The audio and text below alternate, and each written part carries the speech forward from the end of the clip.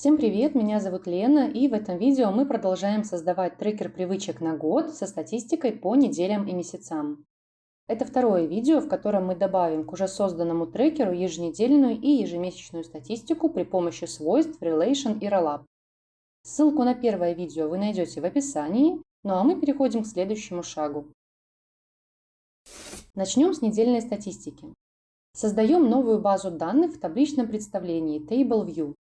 Появляется уже знакомая нам таблица.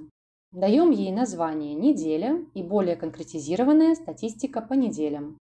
В дальнейшем, если вам покажется, что названий слишком много, то можно одно из них скрыть. Нажимаем на 3 точки рядом и кликаем «Скрыть название базы данных». Чтобы вернуть его обратно, нажимаем на верхнее название любой кнопкой мыши и кликаем «Показать название базы данных». Теперь более подробно о таблице. Она будет показывать нам процент выполнения каждой привычки за неделю. Но чтобы она заработала, нам нужно связаться с данными из трекера привычек. И в этом нам поможет свойство Relation, то есть связь, которая устанавливает зависимость между двумя таблицами и таким образом зеркально отображает данные.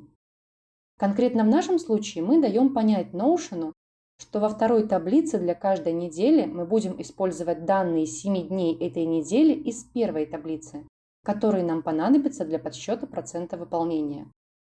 Итак, в нашей таблице данные по каждой привычке за неделю будут отображаться в строку. Соответственно, нам нужно создать 52 строки недели. Для этого вы можете воспользоваться файлом Excel, где уже готовы 52 названия недели, либо придумать свое отображение.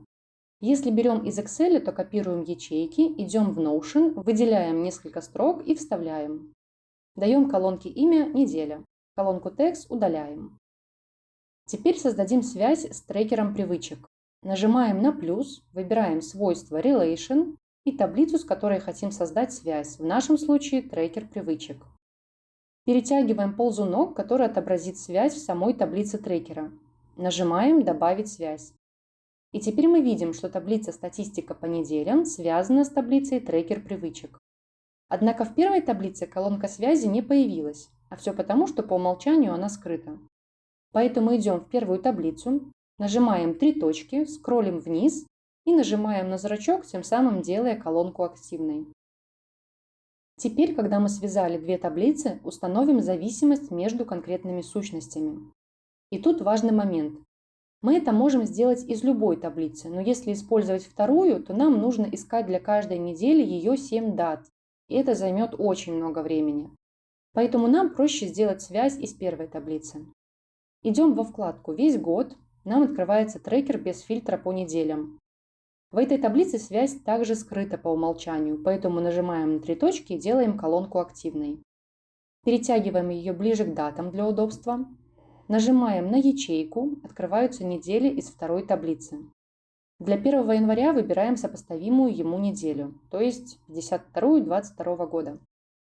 Переходим во вторую ячейку и таким же образом выбираем неделю для 2 января. Далее копируем ячейку, выделяем 6 оставшихся дней и вставляем. И так до декабря. Готово. Теперь перетягиваем колонку в конец и скрываем. Заходим во вкладку «Актуальная неделя» и видим, что здесь также отобразилась связь. Проверяем во второй таблице и видим, что каждой неделе присвоены ее 7 дней. Теперь эти колонки можно скрыть, они нам больше не нужны. Далее нам нужно создать колонки, которые будут считать процент выполнения каждой привычки за неделю. И в этом нам поможет свойство Rollup. Оно помогает вытягивать информацию из конкретной колонки первой таблицы и передавать ее во связанную вторую таблицу. Итак, нажимаем плюс, выбираем свойство Rollup, указываем, из какой таблицы будем брать данные, в нашем случае из трекера привычек. Далее нажимаем на Property свойства и выбираем, из какой колонки мы хотим вытянуть информацию. Нам нужны привычки. Выбираем «Вода» или ваше название первой привычки. И видим, что все, что несет в себе эта колонка в первой таблице, зеркально отобразилось во второй. Но нам нужно подсчитать процент выполнения. Поэтому мы нажимаем Calculate и выбираем Percent Checked, который автоматически подсчитывает процент чекбоксов, которые выполнены.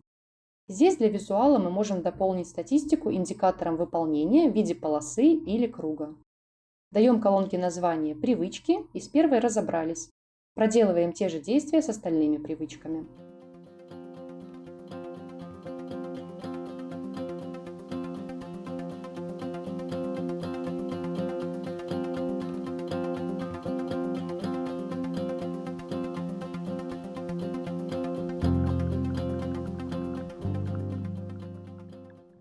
И последний штрих. Сделаем фильтр по неделям, чтобы таблица была не такой объемной. Нажимаем плюс, выбираем свойство Select, даем название номер недели. И в каждой ячейке прописываем номер.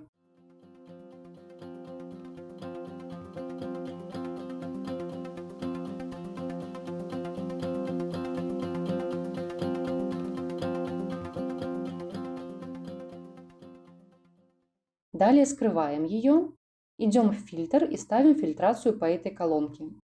Готово. Теперь ставим галочки на нужные вам недели, и статистика приобретает законченный вид. В дальнейшем мы с ней будем еще работать, но только для создания визуально красивого отображения справа. Если хочется, то можно обернуть статистику в выпадающий список, что позволит раскрывать таблицу именно в те моменты, когда она нам необходима. Теперь создадим таблицу для статистики по месяцам, которая будет легче в выполнении, так как она будет сделана по образу и подобию предыдущей. И у нас всего 12 месяцев, а не 52 недели. Создаем еще одну базу данных в табличном представлении TableView. Даем название «Год» и более конкретизированная статистика по месяцам. Как и предыдущая таблица, она будет показывать процент выполнения привычки, но уже за месяц. Итак, колонку Text удаляем.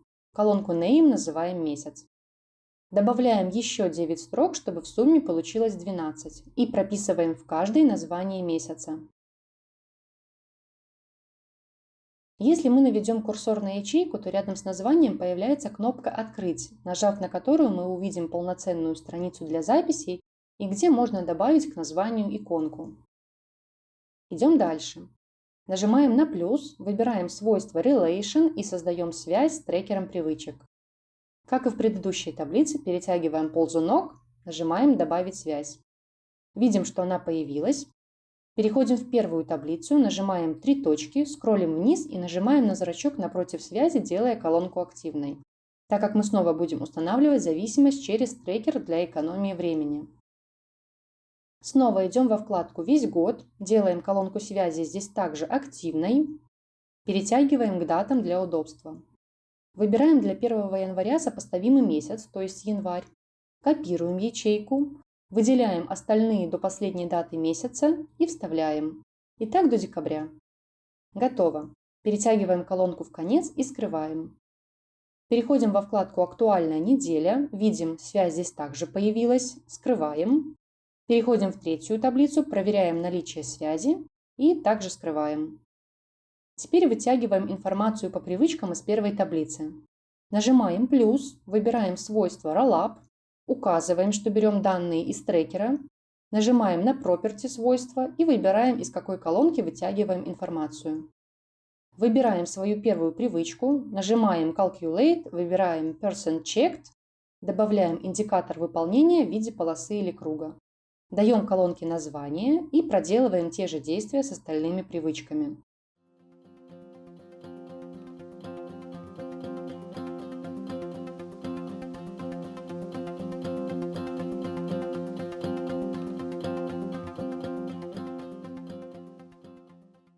И статистика готова.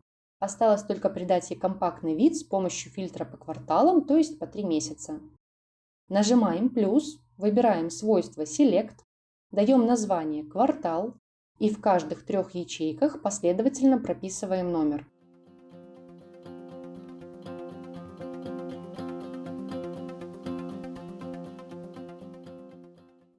Далее колонку скрываем, идем в фильтр и ставим фильтрацию по этой колонке.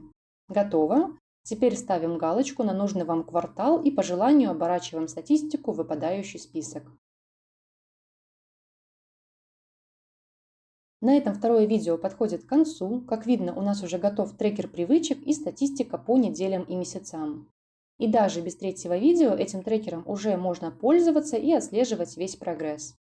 Ну а в следующем видео мы создадим визуально приятное отображение для статистики с помощью формул, а также добавим архив привычек. Пишите в комментариях, если у вас есть вопросы, отзывы, может быть, критика. И, конечно, буду благодарна вашему лайку или подписке. Спасибо за просмотр. Всем пока!